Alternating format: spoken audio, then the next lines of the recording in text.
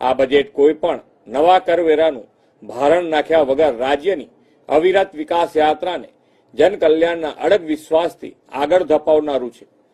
સમાજના દરેક વર્ગો, ખાસ કરીને જ્ઞાન એટલે કે ગરીબ, યુવા, અન્નદાતા અને નારી શક્તિના એમ્પાવરમેન્ટ પર આ બજેટમાં વિશેષ ધ્યાન કેન્દ્રિત કરવામાં આવ્યું છે.